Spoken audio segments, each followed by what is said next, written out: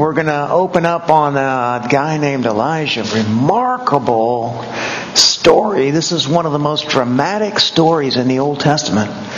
Amazing event that happened here. You know, if you were with us last time, there was this introduction of the concept of the sin of Jeroboam, where the northern half of the now divided nation domesticated religion for the use of the state and introduced idol worship as a way to keep people from getting caught up in the wrong country.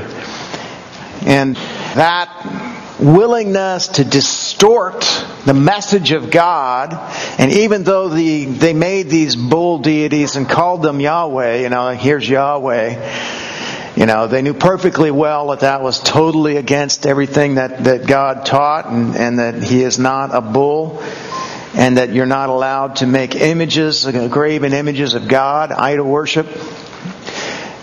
What mattered was serving self and basically, trying to manipulate the situation for what's good for me. In each succeeding king, it kept saying he also practiced the sin of Jeroboam. He imitated Jeroboam, and so on and so forth. And so it's actually pretty repetitive. That's why we're skipping ahead.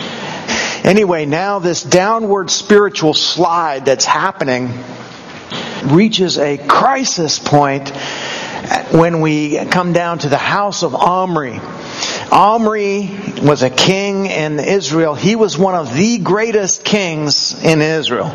His name comes up in ancient Near Eastern texts. Assyrian, Syrian, and even Egyptian texts refer to Omri. He was apparently a very successful, very powerful king. And even over 100 years later, after Omri, they still call Israel the house of Omri. So to the ancient Near East, this is one of the greatest kings. But when we read about him in the book of 1 Kings and also 1 Chronicles, they totally dismiss him in one short paragraph. He followed the sins of Jeroboam. He didn't follow the will of God, and he died and he was buried. And that's all they can have to say about it. It's like of no interest. This guy was a loser. And so we see the different perspective that the prophets of God had, and what the world considers an awesome, power broker, a conqueror, a king, and he is really awesome. And from God's perspective, he's a loser. And he died, and he was buried in Samaria, and his son Ahab became the next king. Ahab, son of Omri, began to rule over Israel in the 38th year of King Asa's reign in Judah. So they date the kings by each other in the north and the south. And so this guy's in the north. Ahab's the northern kingdom. That's where this story occurs. He reigned in Samaria for 22 years. But Ahab, son of Omri, did what was evil in the Lord's sight, even more than any of the kings before him. And as though it were not enough to follow the example of Jeroboam, so he committed that sin like all the rest, he also married Jezebel, the daughter of King Ithbaal of the Sidonians, from the city of Sidon, Phoenicia, that's in Lebanon today, north of Israel.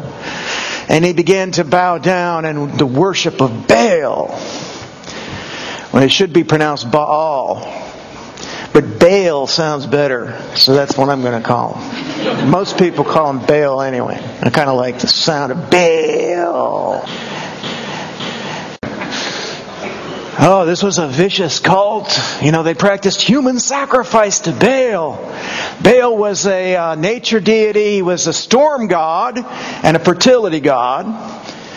And they, in the ancient conception, the storm has to mate with the earth, as I referred to earlier. And so there were all these gross, really obscene rituals that went on in connection with the worship of Baal.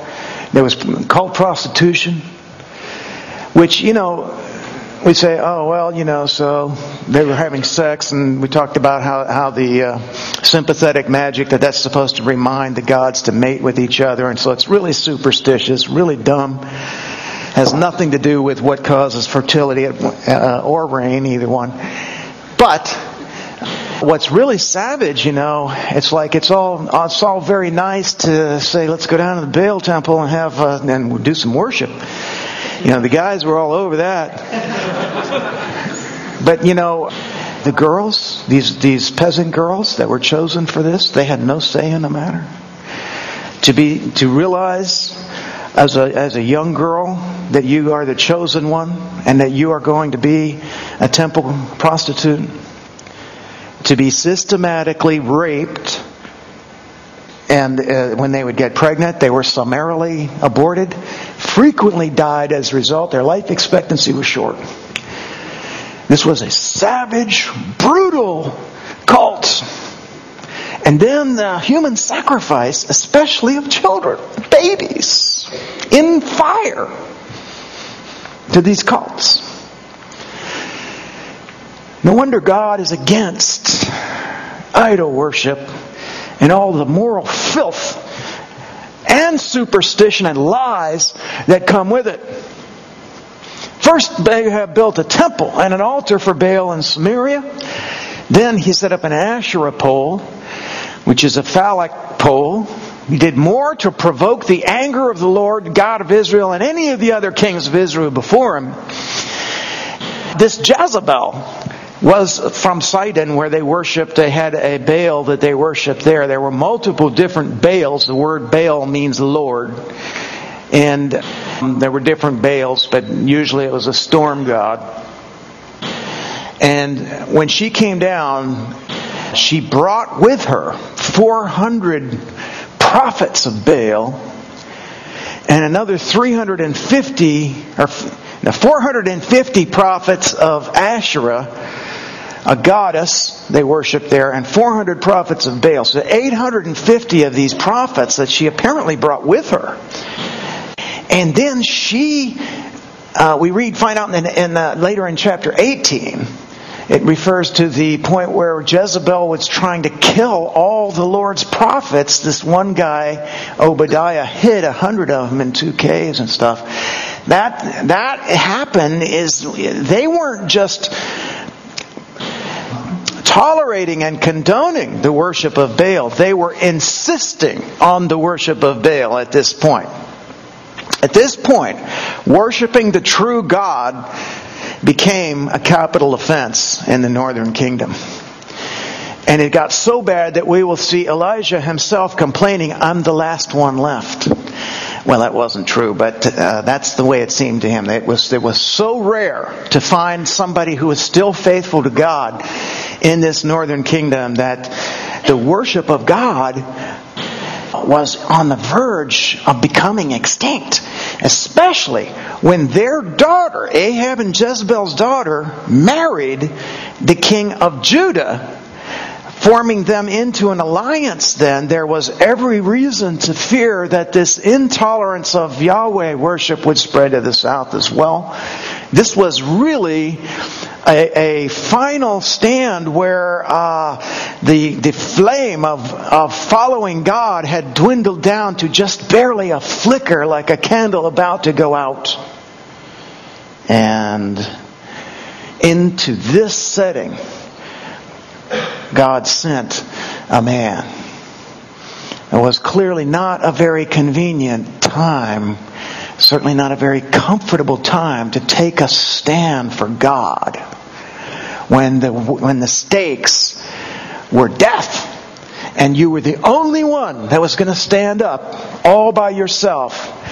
Some of us hate being different than our friends, hate being different than the neighbors. We want to conform. We get a feeling of well-being from the fact that we're just like everyone else around us. Wouldn't be able to have that if you were going to take a stand for God in this setting. And so it takes a special type of person to be willing to stand against everyone and say, I don't care what anyone else is doing. This is what the truth is.